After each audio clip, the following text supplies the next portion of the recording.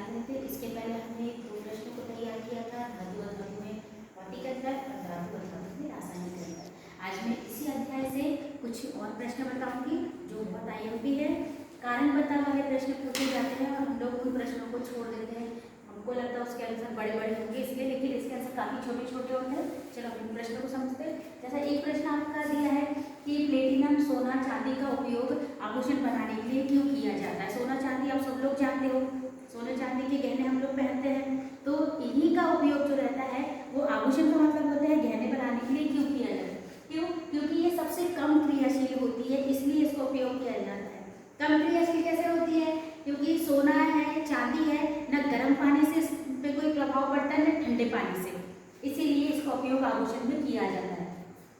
Sodium, potassium और lithium को तेल के अंदर संग्रहित किया जाता है। ये प्रश्न भी हमने पढ़ा था कि लिथियम सोडियम इनको तेल के अंदर क्यों रखा जाता है। इसको तेल के अंदर इसलिए रखा जाता है क्योंकि ये सबसे अधिक क्रियाशील धातु होती है। क्रियाशीलता का मतलब होता है अगर इन धातुओं को हम लोग वायुमंडल में, वातावरण में खुला छोड़ देंगे तो ये अधिक क्रियाशील होने के कारण क्या कर लेते हैं, आग पकड़ लेते हैं।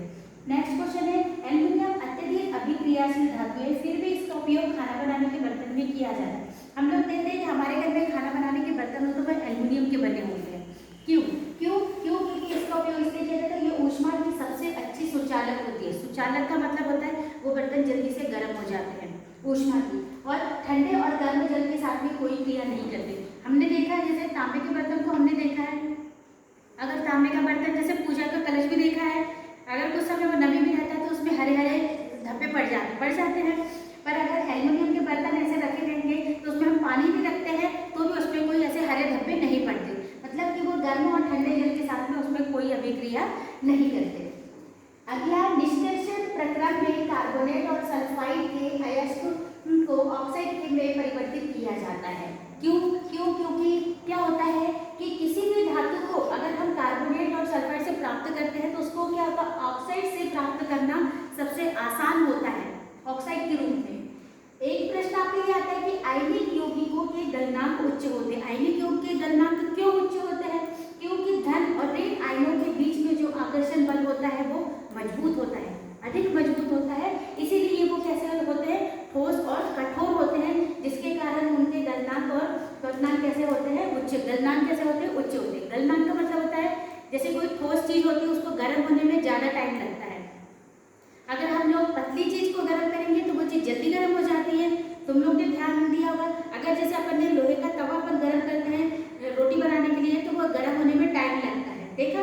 और अगर स्टील का बर्तन हम लोग अगर गर्म करने रखते हैं तो वो जल्दी गर्म हो जाता है, तो मतलब वो जल्दी, इसलिए क्या होता है कि आयनिक यौगिक के गलनांक कैसे होते हैं, उच्च होते हैं, क्योंकि इनमें आकर्षण बल क्या होता है, मजबूत होता है।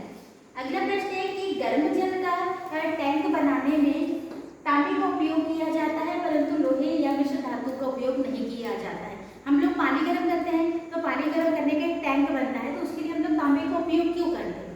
तांबे का उपयोग इसलिए करते हैं क्योंकि तांबा जो रहता है वो सबसे कम क्रियाशील धातु है। क्रियाशील का मतलब होता है कि वो किसी चीज से प्रभावित नहीं होती, वो कोई अभिक्रिया नहीं करती, सबसे कम क्रियाशील धातु होती, और वही गर्म और ठंडे जल के साथ में इस धातु पे कोई अभिक्रिया नहीं होती है, इसीलिए गर्म जल का टैंक बनाने में किसका उपयोग किया जाता है, तांबे का। इस तरह से आपने कारण बताओ वाले 5 प्रश्नों को बहुत अच्छे से तैयार कर लिया है। अगले प्रश्न फिर आपको समझाऊंगी।